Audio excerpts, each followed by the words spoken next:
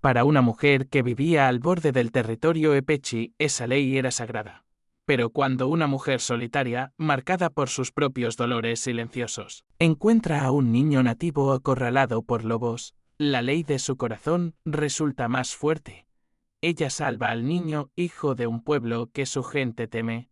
Esa noche, el viento en las altas llanuras del territorio de Arizona era un espíritu inquieto, un lamento constante que barría la hierba reseca y arañaba las maderas desgastadas de la cabaña de Clara Fernández. El cabo Diego Fernández del Quinto de Caballería había sido un buen hombre, fuerte, con una risa que llenaba el espacio y manos tan gentiles con ella como firmes en las riendas de su caballo. Le había prometido una vida de aventura, un hogar tallado en el indómito oeste. Cumplió con el hogar, pero la aventura fue solo suya. Un encuentro fatal con una banda de Epecci Chiricahua que la dejó viuda a los 25. Ese mismo pueblo, del que la gente del polvoriento pueblo de San Carlos hablaba en susurros temerosos, fue el arquitecto de su soledad. Habían pasado 3 años, cada uno una temporada de endurecimiento. La mujer de voz suave que había seguido a su esposo al desierto ya no existía, desgastada como la pintura en las persianas de la cabaña. En su lugar estaba una mujer de resiliencia cruda y firme, sus manos, antes suaves y acostumbradas al bordado, sus ojos azules cargando la vasta y vacía tristeza del cielo sobre ella. Ya rara vez iba a San Carlos. No veían la fuerza silenciosa que había forjado en el crisol de su soledad. No entendían que el silencio de la pradera se había convertido en su santuario. Un viejo trampero de piel curtida que pasaba 2 veces al año con sus mulas cargadas de pieles y sus alforjas llenas de chismes del mundo exterior. Un músculo que creía entumecido comenzó a latir con fuerza contra sus costillas. Un tambor frenético contra el silencio. Los niños eran raros por allí. Diego le había contado historias de tales tácticas. Pero el grito que resonó de nuevo no era un truco. Era puro terror, un sonido que esquivaba la razón y tocaba una cuerda profunda en su interior. Cuanto más se acercaba, otro sonido se mezcló con los llantos del niño. Los gruñidos guturales de una manada de lobos. Su sangre se heló.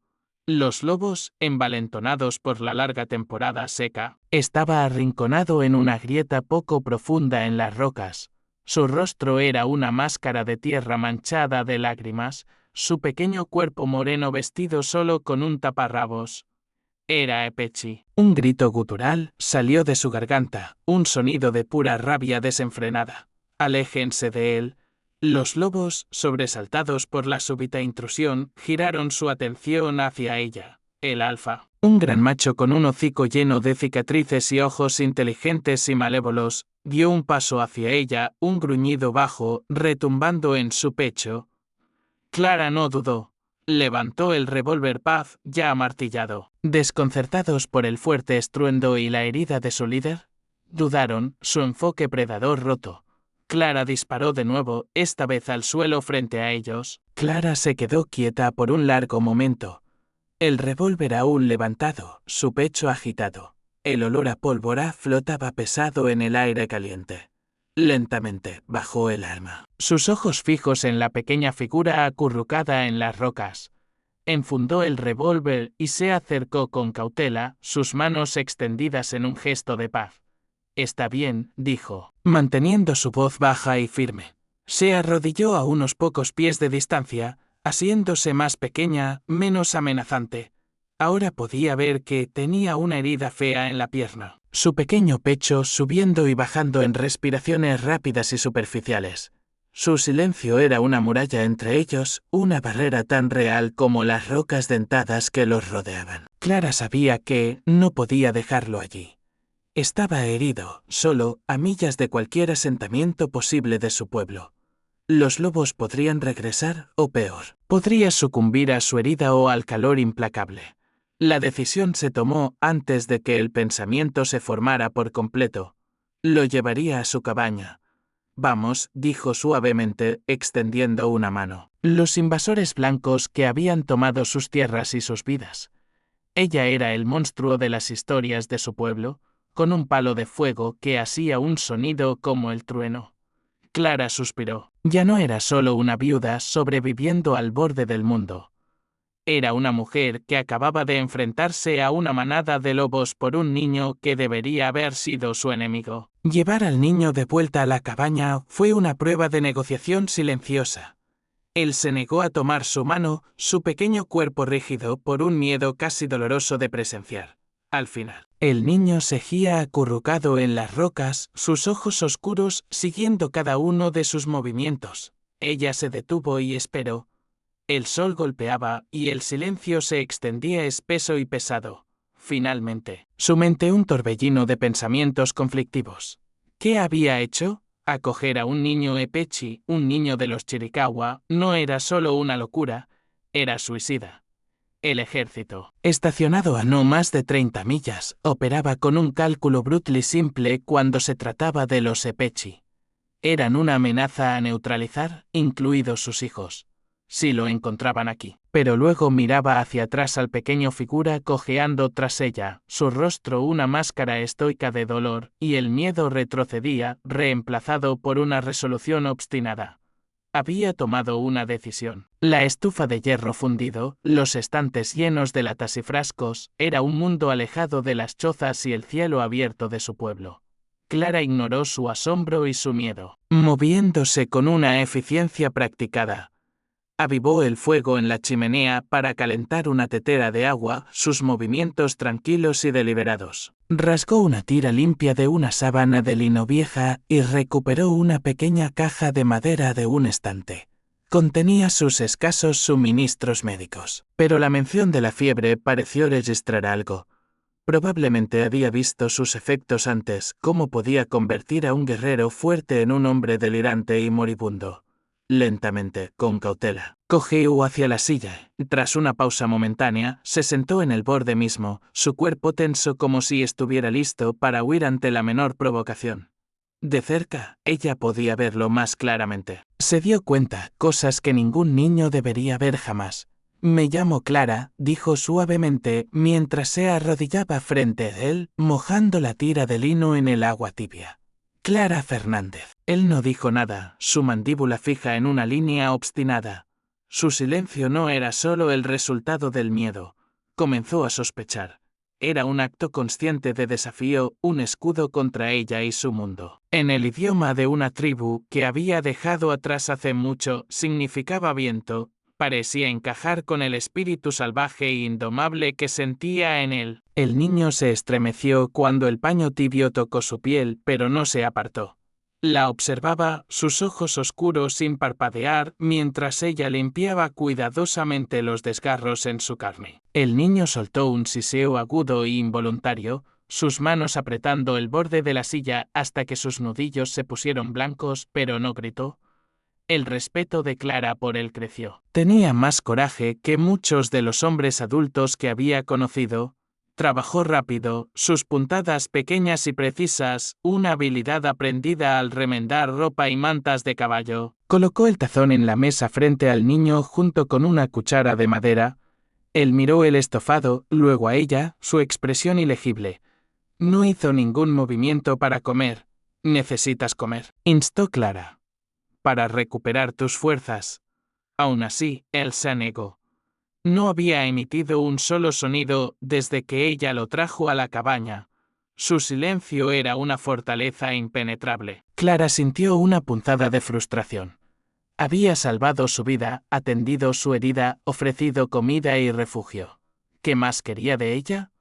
Exhausta, dejó de intentarlo. Tomó un tazón de estofado para sí misma y se sentó en el otro extremo de la mesa, comiendo en silencio, sus pequeñas manos descansando en su regazo. Mientras caía la oscuridad proyectando largas sombras danzantes en la cabaña, una nueva tensión comenzó a infiltrarse en la habitación. Hijo del pueblo que había matado a su esposo. La realidad de su situación se asentó sobre ella con un peso aplastante. Preparó su propia cama, una sencilla litera, en la esquina de la habitación. No dio ninguna indicación de que hubiera escuchado o entendido. Clara suspiró y se retiró a su litera, demasiado cansada para discutir o persuadir. Se acostó, aún con la ropa puesta, el Winchester apoyado contra la pared a su alcance. ¿No esperaba dormir? Esperaba quedarse despierta toda la noche escuchando la respiración del niño. Y los sonidos de la noche, el grito de un búho, el aullido lejano de un coyote solitario, el susurro del viento, comenzaron a arrullarla en un estado de semiconciencia. Se sumió en un sueño superficial e inquieto. Sus sueños un enredo de colmillos de lobo y el rostro sonriente de su esposo. Fue despertada algún tiempo después por un sonido. Y la cabaña estaba bañada en una suave luz naranja. El niño estaba agitándose en la manta, su pequeño cuerpo contorsionado. Gritó de nuevo, una sola palabra gutural en un idioma que ella no entendía. Soñaba, su rostro cubierto de sudor, sus manos apretadas en puños, olvidando su miedo, olvidando que él era el hijo de su enemigo. Clara bajó las piernas de la litera y cruzó la habitación. Se arrodilló junto a él, su mano flotando sobre su hombro, incierta. ¿Qué consuelo podía ofrecer ella, una mujer blanca, a un niño epechi? Está bien, susurró, su voz espesa por el sueño. Estás a salvo. Solo fue un sueño. Colocó una mano en su hombro. Él se estremeció ante su toque, pero no se apartó. Su piel estaba caliente, demasiado caliente. La fiebre que temía estaba comenzando.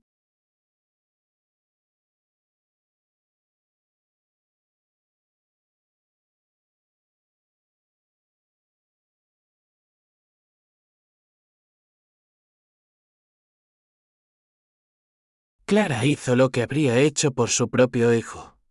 Tomó un paño y lo mojó en el agua fría del lavabo. Se sentó junto a él, limpiando suavemente su frente, su toque ligero como el ala de una mariposa. Observando el rítmico subir y bajar de su pecho, el silencio de la cabaña regresó, pero ahora era un silencio diferente. Ya no era el silencio vacío y solitario de su dolor. Era un silencio compartido, lleno de la presencia de otro ser humano, una vida pequeña y frágil que, por ahora, estaba bajo su cuidado. También la había sacado de las fauces de su propio dolor solitario, y estaba aterrorizada de lo que sucedería después.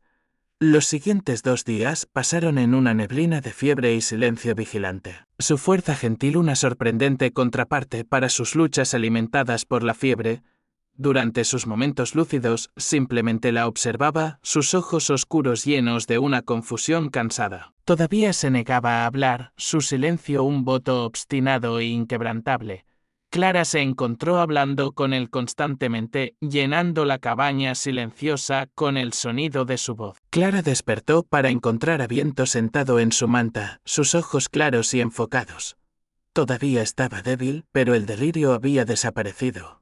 La miraba con una intensidad desconcertante. Un espacio de observación cautelosa, de evaluación mutuo. Clara sintió un destello de esperanza. Tal vez ahora él hablaría. Tal vez le diría su nombre, su historia, de dónde venía. Pero el día pasó. Corrió a la ventana, mirando por una rendija en las persianas. 4 jinetes se acercaban, sus uniformes azules una vista cruda e indeseada contra el marrón y verde de las llanuras. Eran del fuerte. Se arrastró desde su manta y se metió debajo de la cama baja, bajando la colcha de retazos para ocultarse. Clara tomó una respiración profunda, tratando de calmar el frenético latido de su corazón. Se alisó el cabello, enderezó su delantal y compuso sus facciones en una máscara de neutralidad plácida. Abrió la puerta justo cuando los jinetes se detuvieron en una nube de polvo. «Señora Fernández», dijo Corrales, sus ojos recorriéndola, notando su apariencia ligeramente desaliñada. «Un poco lejos para una visita social, lo sé, solo estamos de patrulla. Sargento», reconoció Clara, su voz fría y uniforme. «¿Qué puedo hacer por usted?» «Buscamos a un extraviado», dijo Corrales, desmontando. Los otros 3 hombres permanecieron en sus caballos, sus rifles sostenidos flojamente en sus regazos, sus ojos escaneando el horizonte. Un cachorro epechi se alejó de la reserva de San Carlos hace unos días. Un niño, de unos 6 años. Podía sentir la presencia del niño bajo la cama, un peso silencioso y aterrorizado. Si un niño estuviera aquí solo, sargento, me imagino que los lobos lo habrían encontrado mucho antes que yo. Tal vez, dijo Corrales, no convencido. Su mirada se deslizó más allá de ella hacia el oscuro interior de la cabaña. Estás sola aquí, Clara. No es seguro. Una mujer sola. Estaba usando su autoridad para intentar intimidarla, para forzar su entrada en su hogar, en su vida. La antigua y Clara podría haberse acobardado, pero la mujer que había enfrentado a una manada de lobos no se intimidaba tan fácilmente. Soy perfectamente capaz de asegurar mi propio hogar, sargento, dijo. Pensaba que ella estaba escondiendo al niño por dinero. La idea era tan grotesca, tan alejada de la verdad, que una risa cruda e incrédula escapó de sus labios. Sal de mi tierra, sargento, dijo. Pero había algo en sus ojos, un destello de acero duro e inflexible que lo hizo dudar. Era un matón, y como todos los matones, ¿era un cobarde en el fondo? Con una última mueca despectiva. Viento se arrastró desde debajo de la cama, sus ojos abiertos con un miedo ahora mezclado con algo más, una comprensión naciente. Puede que no hubiera entendido todas las palabras. Un puente sobre el abismo de miedo y odio que había separado a sus dos pueblos durante generaciones. En ese simple toque todo cambió.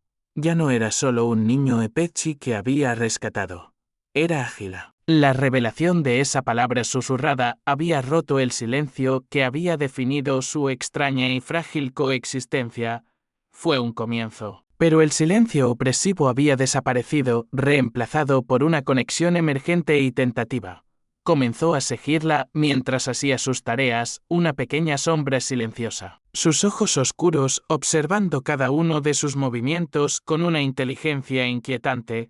La veía amasar pan, reparar un poste de la cerca, limpiar su rifle, aprendió sus ritmos. Se dio cuenta de que era la palabra Epechi para rifle. Luego señaló la sartén en la estufa. Plato, dijo. Estaba enseñándole, cerrando la brecha entre sus mundos, una palabra a la vez. Clara. ¿Qué bayas eran dulces y cuáles eran venenosas?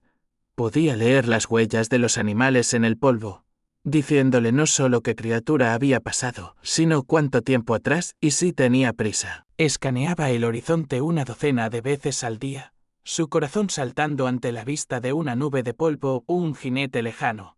Sabía que Corrales no olvidaría su desafío. Comenzó a atrancar la puerta por la noche y a mantener el Winchester aún más cerca. Una noche, aproximadamente una semana después de la visita de Corrales, Ezequiel Piedra llegó. Sus dos mulas, sus ojos del azul pálido y desvaído del cielo invernal. Había sido amigo de Diego y sus visitas eran un ancla bienvenida a un mundo que ella casi había olvidado. Lo vio venir desde lejos. Hablaba un poco de varios idiomas nativos y tenía un respeto renuente por los Epechi, algo raro entre los hombres blancos del territorio. Si no podía confiar en Ezequiel, no podía confiar en nadie. Se agudizaron con un enfoque repentino e intenso. No parecía sorprendido, pero una gravedad profunda y sombría se asentó sobre sus facciones. Parece que tienes compañía, dijo, su voz baja. Dijo Ezequiel, su voz un murmullo bajo. Era un saludo Epechi. Los ojos de Ágila se abrieron. Miró al viejo trampero por un largo momento, luego dio un asentimiento vacilante, casi imperceptible. Estuvo en silencio por un largo tiempo. ¿Te has metido en un buen lío? Clara, dijo finalmente, su voz pesada. Más profundo de lo que sabes. ¿Qué quieres decir? Este niño, dijo Ezequiel, pronunciado con una mezcla de miedo y asombro, era el jefe de los Epechi Chiricahua, un líder guerrero brillante y despiadado que había librado una guerra sangrienta de una década contra los blancos tras la traición del asunto Beskam. El niño al que había llegado a querer era el hijo del hombre al que responsabilizaba por destruir su vida. La ironía era un giro cruel y vicioso del cuchillo. El hijo de Halcón, susurró. Las palabras atrapándose en su garganta. Halcón tiene dos hijos, explicó Ezequiel. El mayor es Nube, el menor es Ágila. Escuché rumores en la agencia de San Carlos. Su mente acelerada. Tal vez no que es el hijo de Halcón, dijo Ezequiel, pero sabe que es una ficha de negociación valiosa o un fácil $50. De cualquier manera. El niño está en un peligro terrible, del ejército, de los cazadores de recompensas e incluso de su propio pueblo, si la facción de Jerónimo piensa que puede ser usado como palanca contra su padre. Ahora se encontraba en el epicentro de un conflicto que podría incendiar todo el territorio. ¿Qué hago, Ezequiel?, preguntó, su voz temblando. El viejo trampero la miró. Tu mejor esperanza es que lo encuentren antes que Corrales. Hizo una pausa, su mirada pensativa. Pero no vendrán en guerra. Halcón es un hombre de honor. Si saben que el niño está a salvo, dejando a Clara con una nueva y más pesada carga de miedo y una astilla de esperanza desesperada. El conocimiento de que Ágila era el hijo de Halcón lo cambió todo. Ya no era solo un niño.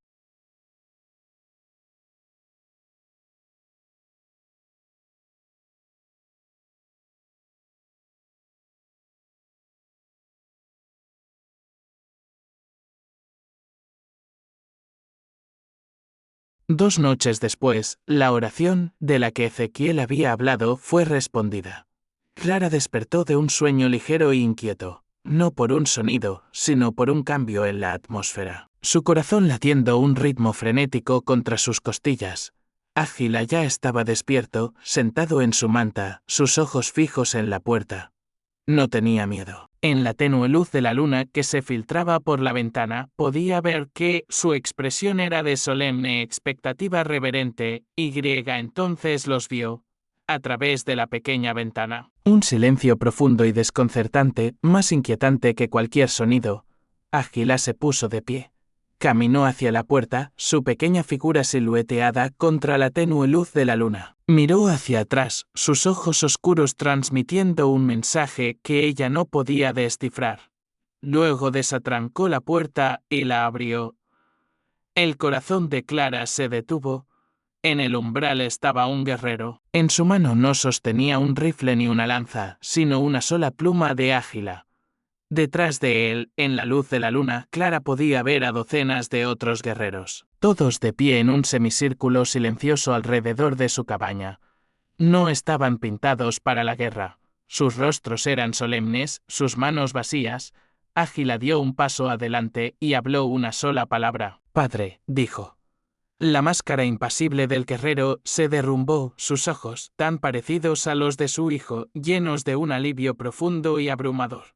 Se arrodilló y envolvió al niño en sus brazos, llorando de alegría por el regreso de su hijo. Clara se quedó congelada, el Winchester aún aferrado en sus manos, una testigo silenciosa y atónita de la escena. Después de un largo momento, la cabaña sencilla y limpia detrás de ella, su mirada era escrutadora, intensa, como si intentara leer su alma misma. Dijo algo en su propio idioma, su voz un murmullo bajo y poderoso. Ágila les había dicho a los Epecci que ella era una cazadora de recompensas que retenía al niño por un rescate. Eso es una mentira, dijo Clara, su voz temblando con una mezcla de rabia y miedo. Nunca pedí dinero. Lo salvé de los lobos. Lo estaba protegiendo.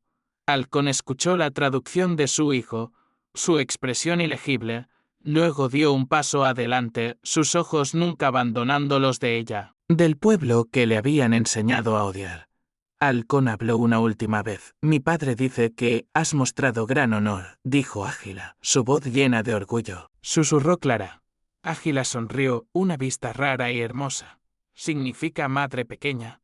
Mientras los primeros rayos del amanecer pintaban el cielo del este en tonos de rosa y dorado. Clara quedó sola en la quietud de la mañana, el montón de regalos a sus pies, un testimonio de los increíbles eventos de la noche.